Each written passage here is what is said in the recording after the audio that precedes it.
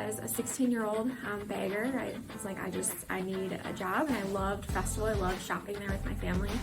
And then I had to pick a career when I was going through college, and I was like, well, I like human resources. I liked what they did for me at festival, and I thought that I could too make a difference for other associates.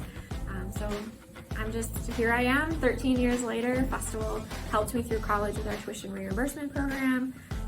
I was able to work in a different store when I went to the university, and then I came home, and here I am.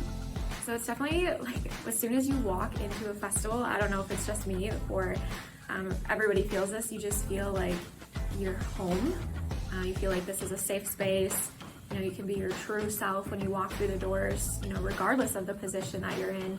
And like I said, you're gonna get that true, honest feedback from your leaders, and we just want to make you a better person. Even if like your career doesn't keep you with festival, I just want to make sure that me and my team are gonna make you a better person. When you do pursue what you want to go for. It definitely, I know like everyone says like it's a family, but like truly, like this is an extension of my family being here.